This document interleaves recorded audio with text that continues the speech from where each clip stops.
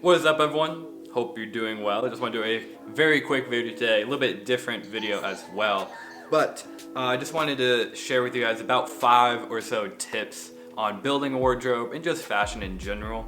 So I have been really into fashion since about, I would say 2014 is when I started actually build it as a hobby. And then before that, it was more of I enjoyed clothes and I enjoyed styling myself in a certain way, but it wasn't around until about late high school, that 2014 time, where I really started to follow different brands, follow different fashion pages, and really looking at constructing whole outfits. So in that time from about 2014 to now in 2019, almost 2020, I have learned a lot and have kind of formulated a couple guidelines that I try to follow. So I've made a lot of mistakes and I've learned a lot too from putting together trash outfits before, and also making really bad purchases for my clothes and everything. Over these years, I just want to share with you guys a couple tips, or more guidelines to fashion and building a wardrobe. So by no means am I completely free of fault from any of these, because I have violated each and every one of these tips. When I was thinking about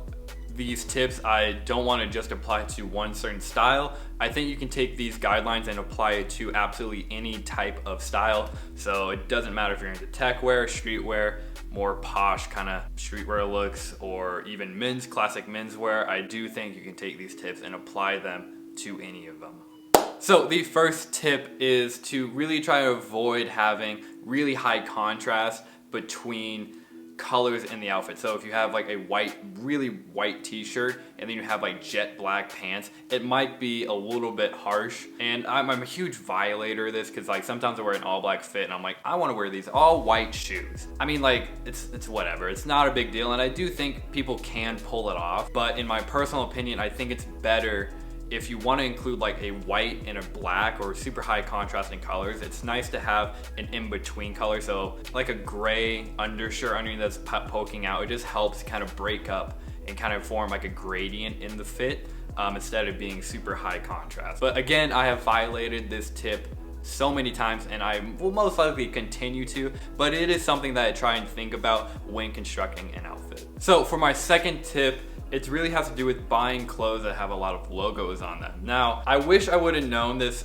earlier on, just because looking back at all the years I have been into fashion, the clothes I wear the absolute most don't have a lot of logos on them. So for example, this one has a tiny little Champion logo on it, but it's not where it says Champion all over it. So I can wear this way more with way more outfits than the other ones. And to me, when you limit the amount of logos in an outfit, it just looks a little bit more put together, in my opinion. So for example, I do have tons and tons of graphic t-shirts. This is the Marilyn Manson one from his show, Young Lean one, and the sick Ewok one. I really like these t-shirts, and they're good souvenirs for me from concerts, and it's good memories in a Comic-Con. It's just my opinion that I like clothes that are on the plain side. There's absolutely nothing wrong with having clothes with logos on them. In my opinion, I think it's better kept if you minimize the amount of logos you have in your wardrobe. That way the rest of the wardrobe that doesn't have logos, it's way more versatile. You can swap pieces in and out.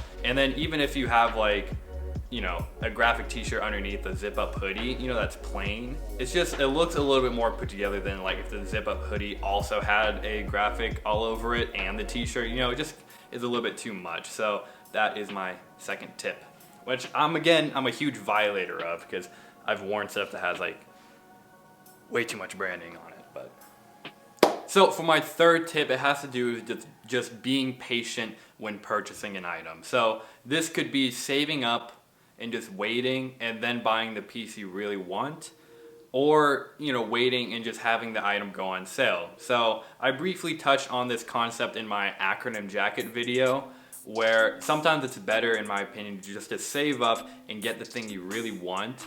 So this can apply to anything in a wardrobe. Now, I'm not saying every piece in your wardrobe has to be really expensive and you only have one of each, because I have a lot of Uniqlo t-shirts that I use all the time, and even Uniqlo jeans as well. They're not like the most expensive pair of jeans, but they're good quality. For certain items, like if you want something special, I think it's completely okay just to save up and buy that. So this could apply to like even like a pair of boots. So I wanted a pair of black Chelsea boots so I can wear them with a suit, but also dress them down into more of a casual look. There's a lot of options out there for kind of slightly more affordable pairs of boots, but I ended up saving up and getting these Thursday boots. But I mean, these were $200. There's, compared to the other options that are this price and below, the quality of this is gonna make it last much longer. I think it looks nicer and it would be more comfortable than like a pair from ASOS. So just save up, be patient, and buy the nicer item that you really want that's gonna last much longer and be of higher quality. And oftentimes, the higher quality piece, it just looks better too. So that is something to consider when buying. So this can apply to boots, to expensive jackets, or even something as simple as a hoodie. This is like the Champion reverse weave hoodie, which the way it's constructed, it's made to be very durable and long lasting. However, that does come at a price.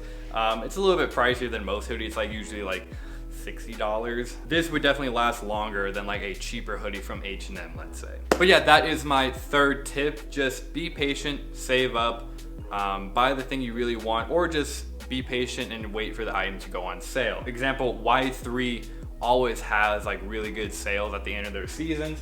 So like, for example, I got these for 65% off, and I really like these sneakers, but I just waited and picked them up in store, and yeah, that's my third rule.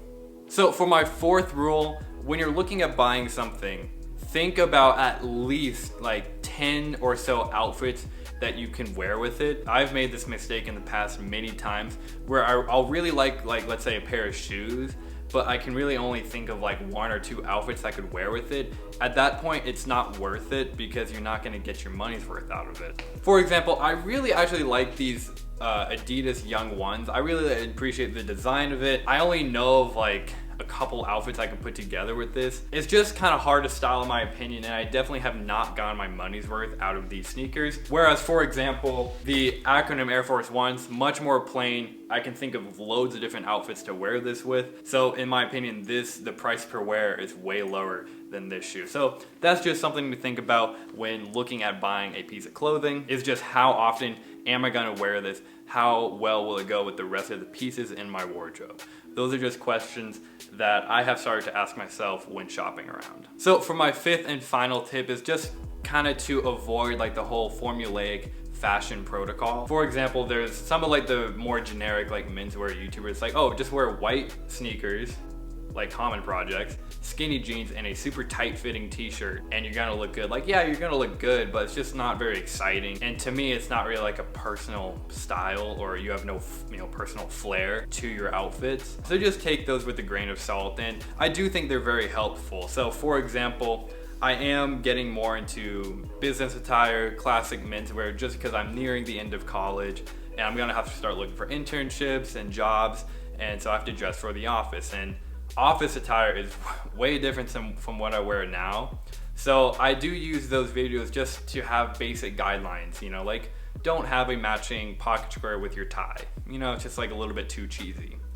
But it's nice to have matching shoes and belts, just as a general guideline. It's those things that are helpful, but at the end of the day, just take it with a grain of salt. And I know I'm a huge hypocrite because I have a YouTube channel on men's fashion, so hypocrite. But just have fun with it, like have fun with fashion. At the end of the day, dress for you, don't dress to impress someone else. If you like something, wear it. Like, I know for a fact a lot of people don't like, these like ACG cargo pants that are like super baggy, it's like, I know not a lot of people like them, but I like them. I know there's like kind of a generic guideline, like don't wear all white sneakers with an all black fit. It's like, yeah, like, that is like kind of a guideline, but sometimes they're gonna violate it just because, hey, I like the shoes. Yeah, that's just my fifth and final rule. Anyways, guys, I hope you enjoyed that video. At the end of the day, just have fun with fashion. If you like something, wear it, and just wear it with confidence, because that's gonna make it look better on you anyways if you're confident when wearing it. But again, these are just my guidelines, things that I have kind of learned over all of those years of being into fashion.